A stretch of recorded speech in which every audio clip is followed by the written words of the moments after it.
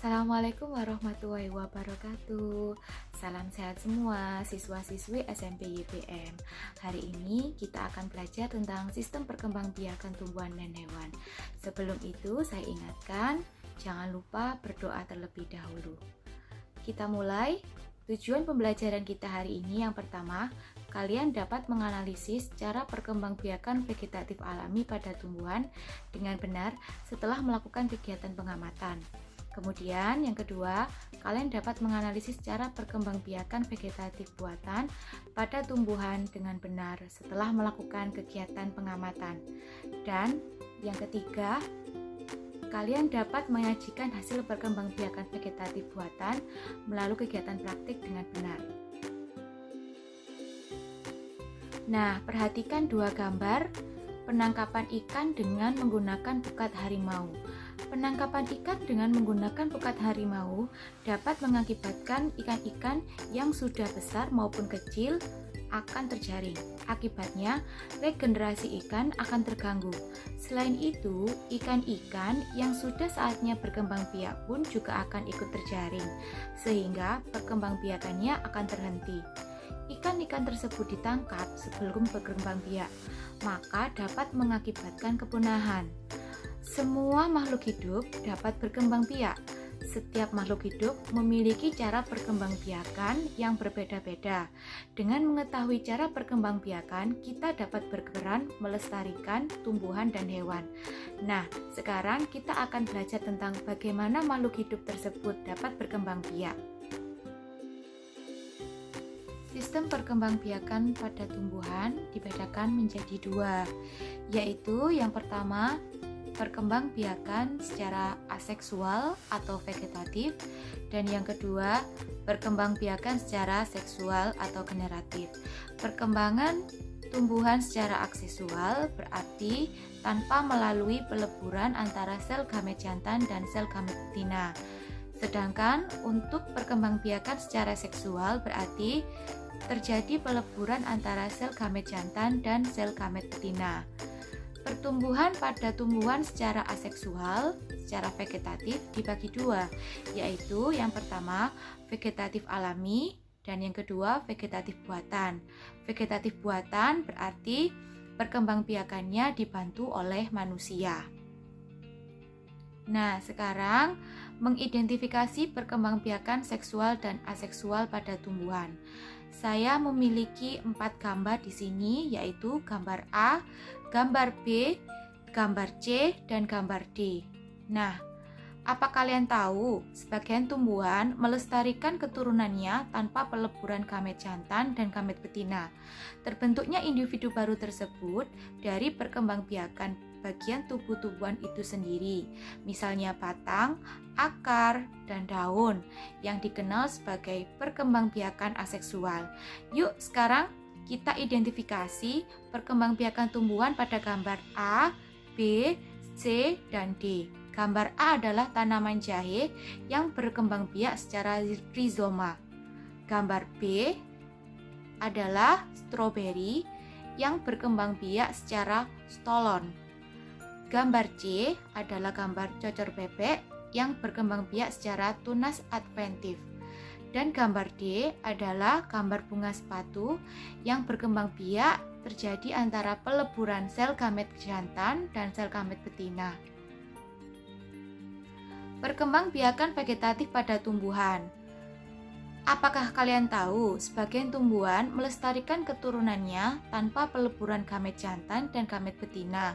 Terbentuknya individu baru tersebut dari perkembangbiakan bagian tubuh tumbuhan itu sendiri, misalnya batang, daun, atau akar yang dikenal sebagai perkembangbiakan vegetatif atau perkembangbiakan aseksual. Gambar di samping adalah gambar tunas bambu yang tumbuh dari batang yang terdapat di dalam tanah. Tunas muda tersebut menjadi tumbuhan baru dan tumbuh di sekitar induknya sehingga terbentuklah rumpun. Mengidentifikasi perkembangbiakan vegetatif pada tumbuhan.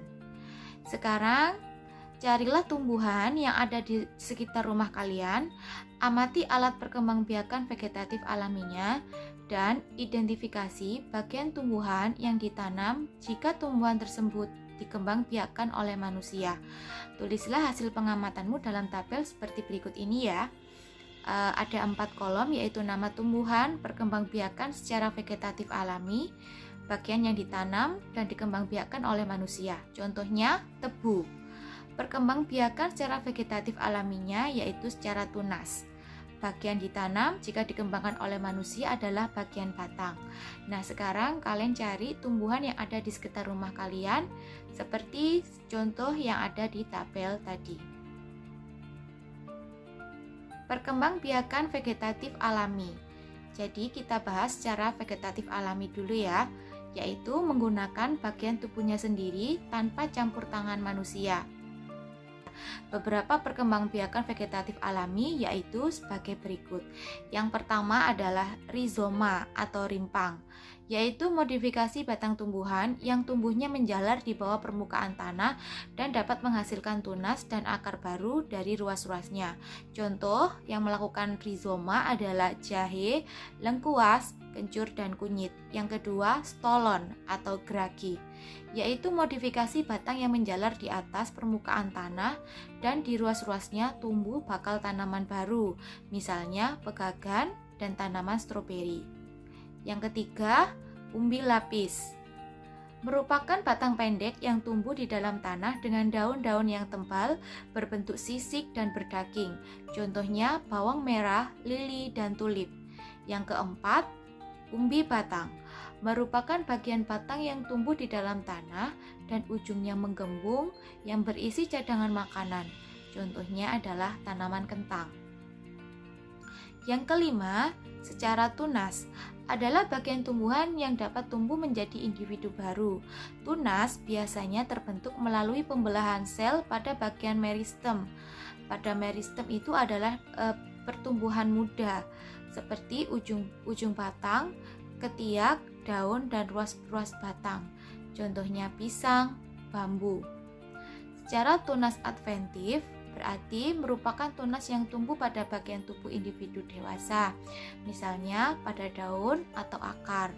Contoh tumbuhan yang melakukan perkembangbiakan secara tunas adventif adalah cocor bebek dan cemara.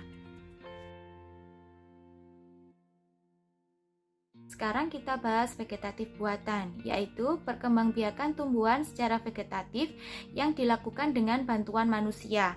Beberapa cara perkembangbiakan vegetatif buatan ada 3, yaitu stek, runduk, dan cangkok. Sekarang bacalah informasi tentang vegetatif buatan ini dan lakukan tugas proyek berikut agar lebih memahami tentang perkembangbiakan vegetatif buatan. Nah, tugas proyek yang akan kalian lakukan, kalian membaca, mencari literasi tentang perkembangbiakan vegetatif buatan pada tanaman. Sekarang lakukan kegiatan penanaman dengan cara vegetatif buatan dengan cara mencangkok, stek, atau merunduk. Jadi kalian boleh memilih.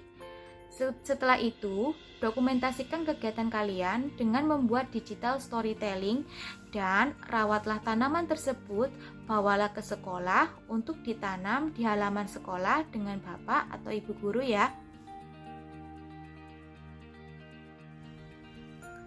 Tugas proyek, misalkan saya mengambil contoh vegetatif buatan dengan cara mencangkok. Kalian membuat laporan dengan 2 kolom, yaitu perlakuan, kemudian pengamatan. Perlakuan berarti apa yang kalian lakukan terhadap tanaman tersebut. Lalu amati setelah kalian memberikan perlakuan terhadap tanaman tersebut. Saya contohkan perlakuan, contohnya membuat 2 keratan melingkar dengan jarak 5-10 cm pada batang yang telah dipilih. Kemudian kupas kulit batang pohon di antara keratan tersebut. Pengamatan, keratan terlihat putih, kulit terlihat hingga kambium atau lendirnya benar-benar bersih dan kering. Nah, setelah itu dokumentasikan hasil cangkokan kalian dengan cara seperti ini. Nah, ini adalah hasil tanaman cangkok sampai hasil cangkokan tersebut tumbuh bagian akar-akarnya. Setelah itu, pindahkan ke media yang lebih luas agar tanaman tersebut dapat tumbuh dan berkembang secara baik. Kemudian, bawalah tanaman tersebut untuk dilakukan penilaian oleh Bapak atau Ibu guru.